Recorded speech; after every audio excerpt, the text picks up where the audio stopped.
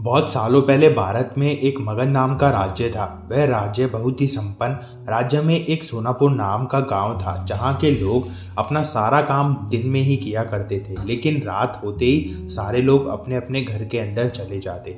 कोई भी रात के समय अपने घरों से बाहर नहीं निकलता। लोग ऐसा बस एक ही कारण से किया करते थे और वह था अंगुलीमाल। अंगुलीमाल बहुत ही खतरनाक डाकू था और लोगों को लूट कर मार देता था। वह लोगों के बीच डर बनाए रखने के लिए मारे हुए व्यक्ति की अंगुलियां काटकर उसकी माला बनाकर पहन लेता था। अंगुलीमाल मगध के एक गुफा में रहा करता था। वह जिस जंगल की गुफा में रहता था, लोग वहां से गुजरने से भी डरते थे, क्योंकि सबको अंगुलीमाल से बहुत डर लगता था। एक दिन गौतम बुद्ध सोनापुर से गुजर रहे थे, तो तभी उन्होंने लोगों को चिंतित देखा। लोगों को इस तरह से परेशान देखकर गौतम बुद्ध ने कहा कि तुम इतने चिंतित क्यों हो गए। ऐसे में लोगों ने महात्मा बुद्ध के सवालों का जवाब दिया। यहाँ एक डाकू अंगुलीमाल का बुरा प्रकोप है। वह लोगों को लूटकर मार देता है और उनकी अंगुलियां काटकर उसकी माला बनाकर पहन लेता है। इसलिए हमारे गांव के लोग बहुत डरे हुए हैं। अब आप ही बताइए हम क्या करें। अच्छा, ऐसी बात है, तो फिर वह अंगुलीमाल कहाँ रहता है? ऐसे में एक व्यक्ति सामने आया और महात्मा बुद्ध को बोला, जंगलों के अंदर एक गुफा है जिसके अंदर अंगुलीमाल रहता है। यह सब सुन लेने के बाद महात्मा बुद्ध अंगुलीमाल से मिलने जंगल की ओर चल पड़े। सोनापुर गांव के लोगों ने उन्हें रोकने की बहुत कोशिश की, लेकिन फिर भी वह नहीं माने और जंगल की ओर चल पड़े।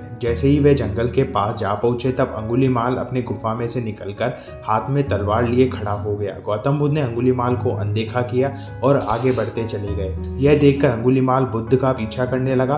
पीछा करते करते अंगुलीमाल जोरों से चिल्लाया, हे सन्यासी, कहाँ जा रहा है? रुक जा। गौतम बुद्ध ने कहा, मैं तो रुक गया, तुम कब रुकोगे? तुम अपनी ये हिंसा कब बंद करोगे? महात्मा बुद्ध ने उस अंगुलीमाल से कहा। ऐसे में अंगुलीमाल क्रोधित हो गया और फिर उसने गौतम बुद्ध से कहा, सन्यासी, तू मुझे जानता नहीं है, मैं इस राज्य का सबसे शक्तिशाली मनुष्य हूँ। गौतम बुद्ध ने उस अंगुलीमाल से कहा, मैं नहीं मानता कि तुम सबसे शक्तिशाली मनुष्य हो। यह सुनकर अंगुलीमाल बोला, अच्छा ऐसी बात है, तो तुम ही बताओ, मैं ऐसा क्या करूँ कि तुम्हें विश्वास हो जाए। गौतम बुद्ध ने उस अंगुलीमाल से कहा, तुम जाओ और उस पेड़ में से 10 पत्तियां तोड़ कर ले आओ। गौतम बुद्ध के कहने पर अंगुलीमाल ने वही किया। वह पेड़ के पास गया और उसमें से 10 पत्तियां तोड़ लाया। फिर बुद्ध ने कहा, जाओ अब इन पत्तियों को वापस उस पेड़ पे जोड़कर दिखाओ। यह सुनकर अंगुलीमाल अचंभित हो गया और उसने महात्मा बुद्ध से कहा, यह कैसा बेहुदा मजाक है? भला कोई पत्तियों को तोड़कर वापस जोड़ कैसे सकता है? गौतम बुद्ध ने उससे कहा, तुम खुद को सबसे शक्तिशाली कहते हो ना, तो जाओ इन पत्तियों को जोड़ कर आओ। अगर तुम किसी को जोड़ नहीं सकते तो उसे तोड़ो भी मत। अगर तुम किसी को जीवन नहीं दे सकते तो उन्हें मारो भी मत। यह सुनकर अंगुलीमाल की आंखें खुल गई।